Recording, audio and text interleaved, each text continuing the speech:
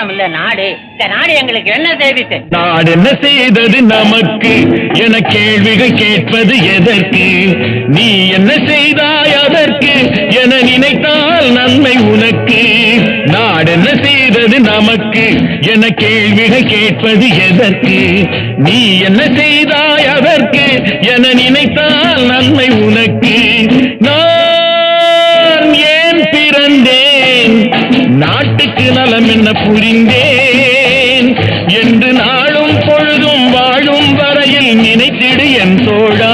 நினைத்து செயல்படு என் தோழா, உடனே செயல்படு என் தோழா.